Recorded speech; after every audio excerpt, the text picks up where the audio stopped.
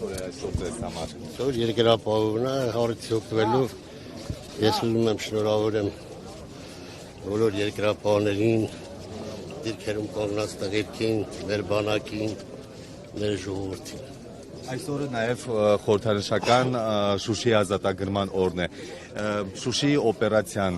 ինչ տվեց մեր հաղթանակներին եւ այսօր արդյոք արժեզրկված չէ ըստ ձեզ այդ հաղթանակը։ Դա այդ հարցն կտակ ուրիշ տեղ, ինչ վերաբերում է Շուշիին, ես իմ Շուշիի ազատագրման գիտեք ես եմ մասնակցել 92 թվականին վիրավորվել եմ եւ իմ երջանիկ օրերից մեկն էլ է Շուշիի ազատագրումը եւ մեր առաջի շքերթը։ Մենք երկրապահներս այն ժամանակ էլ հիմա էլ նույն առաքելությունն ենք տանում, այսօր էլ Վազգենի թողած պատգամն ենք տանելու, միջև վերջել կտանենք։ Մեր րոպե։ Եթե երկրապահի շրջանակներում հարցեր ունեք տվեք։ Հարսանիք լեռներում լինելու է, այստեղ երկրապահների շրջանակում է, որտեղ երկրապահների մեծ մասը մենք ձեր գալուց առաջ զրուցում էինք, ասում էին հարսանիք լեռներում պիտի լինի եւ Արցախը պիտի կրկին ազատագրենք։ Գիտես ինչից եկա հարսանիք լեռներում։ Հա ինչ համար են այդ օպերացիան անվան է հարսանիք լեռներում։ Ինչ համար։ Ազատագրելուց հետո կամ ուսանար պետք է։ Այո, ավրեք։ Գոնե մի բան գիտեք։ Շուշին չկա։ Լավ, վերեք, եթե մի քիչ խելոք լինենք, այսօր մենք կարողանանք համախմբենք ազգովի։ Դեռ ճամփա ունենք հասնելու։ Պետք չի քաղաքականացնել, պետք չի ուրիշ բաների ուղղությամբ տալ։ Ասում են դուք լռում եք շատ հարցերում, որ Ես չեմ լռում, ես դիրքերում որոնում եմ։ կառավարությունը հատկացում էր արել երկրապահին։ Կառավարությունը հատկացում չարե, բանակն է հատկացում արե, երկրապահը, դե նկատ ունես վարչապետը բանակը, նախարարությունը պաշտպանության։ Պարոն Միքայելյան 92-ին ավելի քիչ Հատկացում եմ մենք գիտեք 20 թվականից մինչև այսօր Հայաստանի Հանրապետության պետական սահմաններում ենք Արցախյան ազատամարտում երկրապահ 4000 հոգով մասնակցել է Արցախում 7-9 ուղղությամբ տվել ենք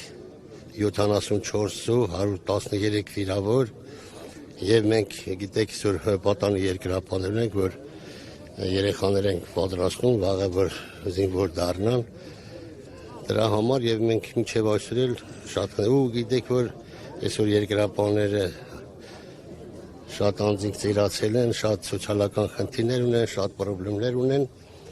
եւ դրանցով ենք զբաղվում նաեւ։ Գիտեք տարեկան մենք ամեն տարի ճամբար ենք բերում, ճամբարը գտնվում է բանում Մարտունիում տարեկան 1500-ից 2000 երեխա են հանգստանում, ճամբարը սովորական ճամբար չի, ռազմականացված ճամբար է, ոնց որ բանակի առօրյա նույն ձևի մեր երեխաներն են զբաղվում, որ հետո Երկրապահները նաև Սյունիքում են, մենք գիտենք որ քննարկել։ Ես չեմ ուզում ասեմ երկրապահներ որտեղ են այս մասով ինչն արգելված հակառակորդը ակտիվացել է կրկին։ Դե եկել են էլի գրապոցներ հնչել, կարող եք այս առնել։ Դե բնականաբար այս վերջի օրերս կրակոցներ են տարբեր ուղղությամբ, բայց սովորական չգիտեմ իրանք ինչ են ուզում ասեն դրանով, կրակոցներ լինում է։ Ինչ վերաբերում է երկրապահներ տարբեր ուղղությամբ այսօր են կանգնած մեծ թվականակով, չեմ ուզում թվականակացնեմ եւ ասեմ որ ուղղությամբ։ Պարոն Միքայելյան 92-ին մենք ավելի քիչ ռեսուրսներ ունեինք, քան վերջին տարիներին, բայց կարողացանք Արցախը ազատագրել, Շուշին ազատագրել։ Ո՞րն էր այդ հաղթանակի պատճառը։ Համարտությունը եւ Վազգեն Սարգսյանը։ Այն ժամանակ գիտեք տարբեր հավատքի, տարբեր կուսակցության, տարբեր ջոկատներ կային, որ անատներ կային, որ ջոկատներին սարքի անց համար սպարապետը կարացավ համախմբել բոլորիս, չունենալով բանակ մենք տարանք հաղթանակ եւ բանակի բանի երկրապահի հիմքի վրա ձևավորված բանակը։ Իսկ ներկապահին երկրապահի դերը ինչ ես կոչ եմ անում հայ ժողովրդին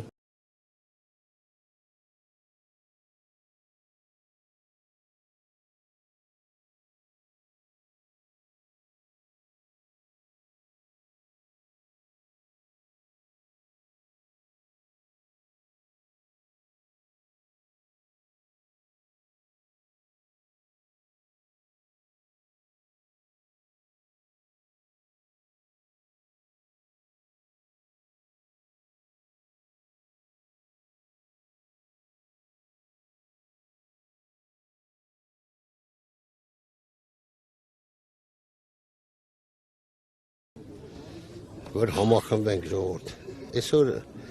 դեռ մենք հանգիստ ամնում իր առօրյայով ազբաղվում, վերապատրաստվում նման հարցերով։ Իսկ վերջին շրջանում ինչ վերաբերմունք եք նկատում երկրապահի նկատմամբ, երկրապահ կամավորական կառույցի նկատմամբ, հասարակության կողմից, քաղաքական ուժերի կողմից։ Գիտեք ինչ,